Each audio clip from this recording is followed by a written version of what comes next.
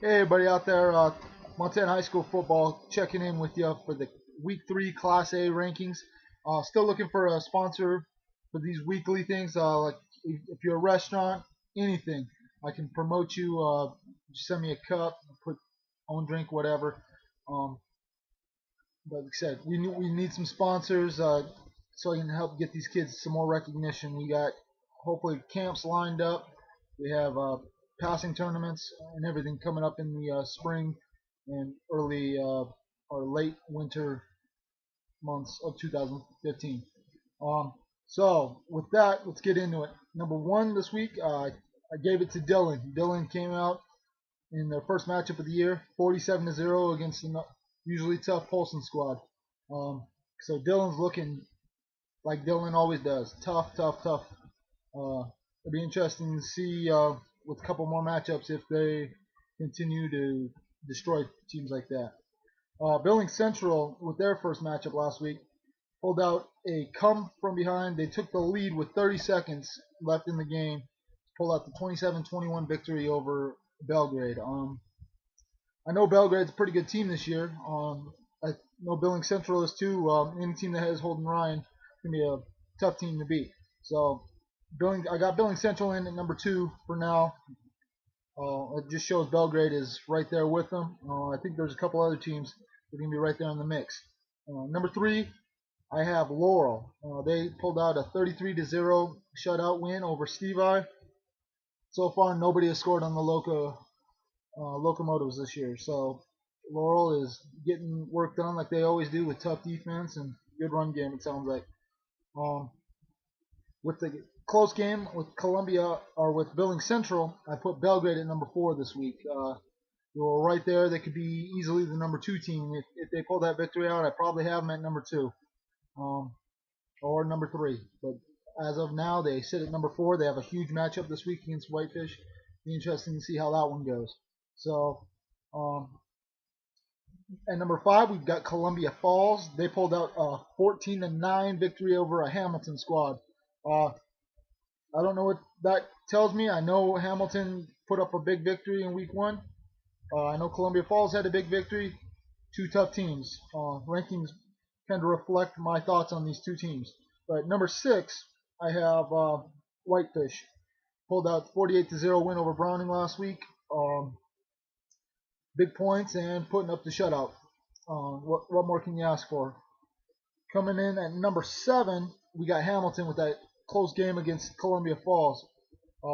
Looks like Hamilton, even though they lost what I thought tough, a good classic quarterback. Well, that quarterback from last year's little brother, who's a freshman, I believe, is really tearing it up for these guys. So looks like Hamilton is going to be a tough team for 4 years, and it's already starting off strong for the young freshmen.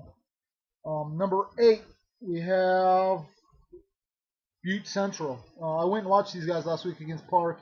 They came out and nothing was working for Livingston. The scoreboard wasn't even working for them half the time. So they came out, put up 42 points, I believe, at the by half, most of them in the first quarter, and kind of cruised to a 47-7 victory.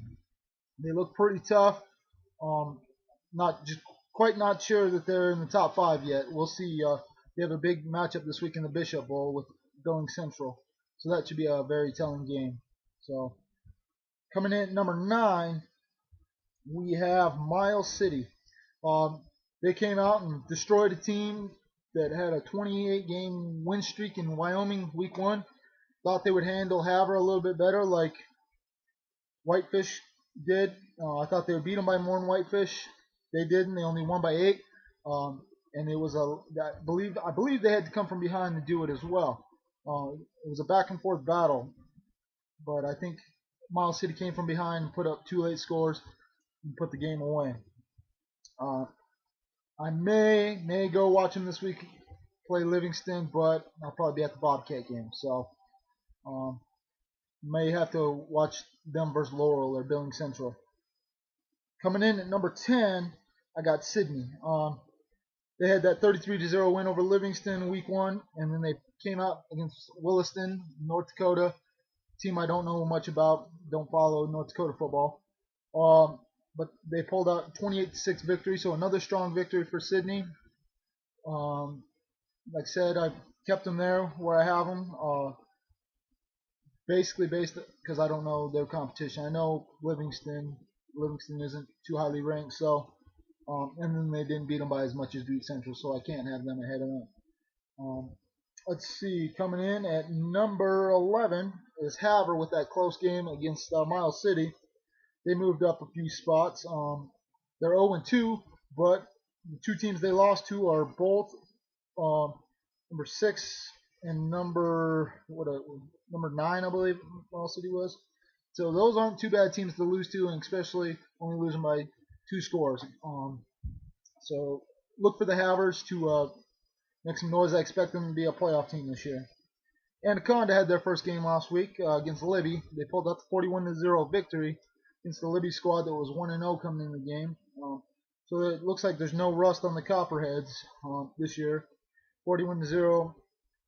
I may have them underranked at number 12, but we shall see. It's tough to tell after 1 week. Good job, Copperheads. Number 13 coming in is Corvallis. They had a good game, it looks like, against Frenchtown, 41-36. Looks like the Blue Devils have a lot going for them, starting off season 1-0, but they're playing tough division, so we'll see what happens with Corvallis. Frenchtown with that close loss, the second close loss in as many weeks, comes in at number 14. Rough start, but they haven't had a conference game yet, and games that matter the most are conference, so Frenchtown's tuning it up. Number 15, we come in with Polson. I don't know what to think about Polson. They've been powers for years and years. Lost to Canada. Don't know anything about the Canada team. But 0-47 against the Dillon squad that graduates quite a bit. Maybe put them at 15 for now. Maybe they are still a pretty powerful squad, and maybe Dillon is a real super powerhouse team this year. But for now, Polson at 15. Coming in at 16, we got Stevensville. 1 game this year, no points. I know Laurel's not the easiest team in the world to score on, so right now we got Stevensville sitting at 16. We'll see if they can climb out there. It looks like their conference again is they're in that same conference as Corvallis. Can be a tough playoff spot to get. Number 17. Glendive, they had a close loss against Glasgow. They were tied up 14s, ended up losing 29-14. Glasgow was a top-notch Class B school. I believe Glasgow has more students than Glendive, but they compete in Class B. So that's a big to me. That's a victory for Glendive because the past few years they've been getting handled pretty well by Glasgow. So they are definitely improving. Fergus, to me, they pulled out kind of maybe the upset of the week. I don't really know much about Hardin either, but they beat them 20-14. So that's a good win. Start out the season for the Golden Eagles. Coming in at 19, we'll put that team that they just beat, Hardin. They play in the East, which is just brutal. Getting a playoff spot there is rough. They haven't started the conference schedule yet, but Golden Eagles are a playoff team from last year, but they had a losing record getting into the playoffs. So not a good start for Hardin. Hopefully they get the things turned around for conference play. Coming in at number 20, we'll go with Libby, who sits at 1-1, coming off a 0-41 loss to Anaconda. Rough week. Time will tell if these guys are capable of taking that number 3 spot up in the Northwest. Number 21, 21 and 22 were basically, I don't know yet, so I just put them in this. But 21, I put Brown in this week. They've only had 1 game, 0-48 against Whitefish, so it is what it is right there. Not a whole lot to say about that yet. They play in that Southern A, which 3-5 team made the playoffs last year, so anything's possible. I think 2 wins could basically get you in the playoffs in Southern A. So 22 said interchangeable with number 21. Generally, Livingston beats Browning. I know Livingston had a big graduation, graduated a couple big offensive linemen that were at one point Division I recruits, um, and they're just kind of in a rebuilding phase. So they lost 7-47 last week against Butte Central at home. They have homecoming this week against Miles City, so might be a rough start for the Rangers. But like I said, they're in the Southern A. 2 wins can get you in the playoffs. So for that, signing off. Like I said, I need a sponsor. Hit me up. I can get you advertised. Well worth it. Most of the posts hit over 20,000 views. Pretty exciting number to get your business logo in front of and get your name out there. Very affordable packages. We have awesome payment plans. Let us know how we can help you. Until next week, signing off.